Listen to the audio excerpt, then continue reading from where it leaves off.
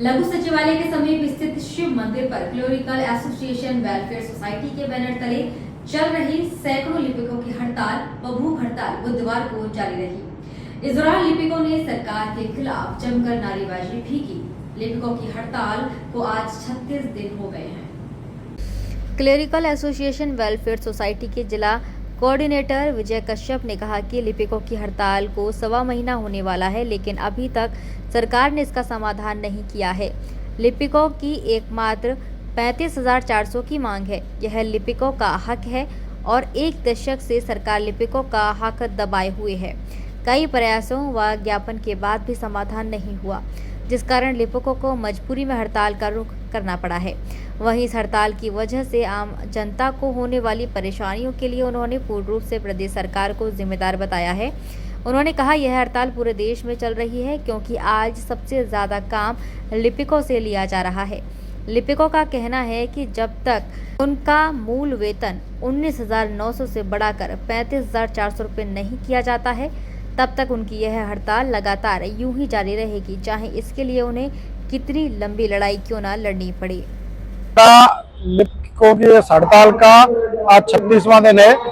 5 जुलाई 2023 से यह निश्चितकालीन हड़ताल शुरू हुई थी और उससे पहले हमने सरकार को उपायुक्त महोदय और विधायक महोदय, सांसदों, मंत्री महोदयों के माध्यम से अनेक ज्ञापन दिए, परंतु हमें मिलने का समय नहीं दिया गया। उसके बाद हमने 18 जून को करनाल में रोष प्रदर्शन किया था, सीएम आवास घेराव किया था, जहां पर हमें 15 दिन का समय दिया गया था 4 जुलाई तक मीटिंग का, कि 4 जुलाई तक आपकी मीटिंग करके समाधान कर दिया जाएगा।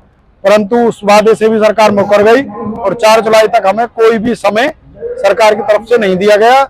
उसके बाद मजबूरन हमको ये अनिश्चितकालीन हड़ताल शुरू करनी पड़ी। 5 जुलाई से हड़ताल शुरू की गई है, जिसमें 3 दौर की औपचारिक बातचीत भी सरकार के प्रतिनिधियों के साथ हुई है, जिसमें कोई भी समाधान नहीं हो पाया है।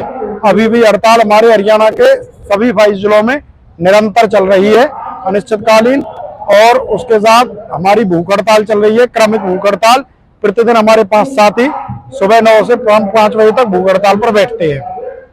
परिवहन मंत्री आए थे, उनसे भी आपकी बातचीत हुई, 1 हफ्ते का तकरीबन आश्वासन दिया था, उसके बाद कोई बातचीत परिवहन मंत्री जी को तो हमने वो उनका वादा याद दिलाओ एक ज्ञापन दिया था कि पहले भी हम उनको ज्ञापन दिए, तभी उन्होंने हमें आश्वासन दिया था। तो यहाँ पर वो मीटिंग लेने के लिए आए थे, तीनों विधायक थे पलवल जिले के और मंत्री महोदय थे मूलचंद शर्मा जी।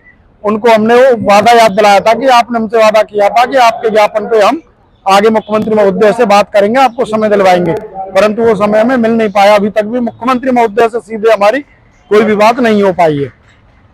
थाली भी बजाई जा रही है, उससे किस तरह का संदेश सरकार? सभी जिलों में हमारा 3 अगस्त को ताली बजाओ थाली बजाओ अभियान था। 4 जुलाई को पुतला दहन का अभियान चलाया गया था। पलवल और नूह डिस्ट्रिक्ट में धारा 144 लगी होने के कारण वो नहीं हो पाया था। हमने धारा 144 की अवधि के दौरान सांकेतिक रूप से अपना धरना 5 साथियों ने चलाया था।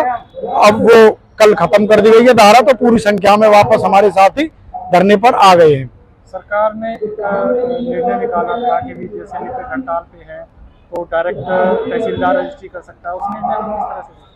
हाँ, सरकार इस तरह के हथकंडे अपना रही है ताकि इस आंदोलन को कमजोर किया जा सके।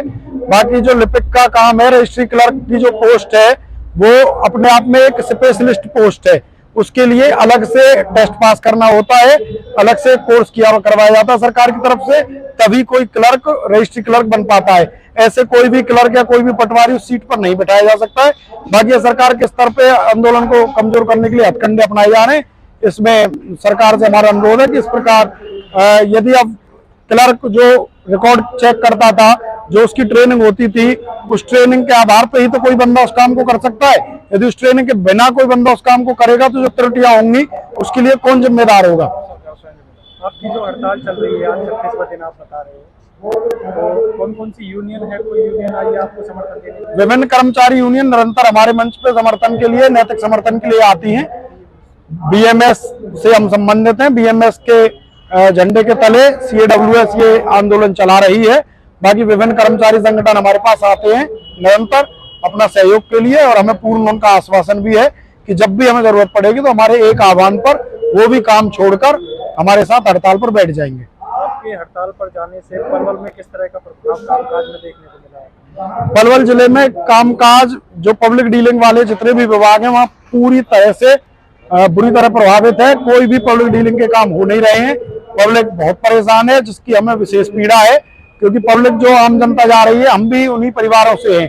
जो आम जनता ऑफिस में, कार्यालयों में कार्य के लिए जा रही है, उनमें कोई हमारा भाई है, कोई हमारी बहन है, कोई हमारे पिताजी हैं, कोई हमारे पड़ोसी हैं, कोई मित्र हैं। उनके निरंतर हमें फोन आते हैं विभिन्न कामों को लेकर। जब उनको निराश होकर लौटना पड़ता है, उसकी विशेष पीड़ा हमारे हृदय में है।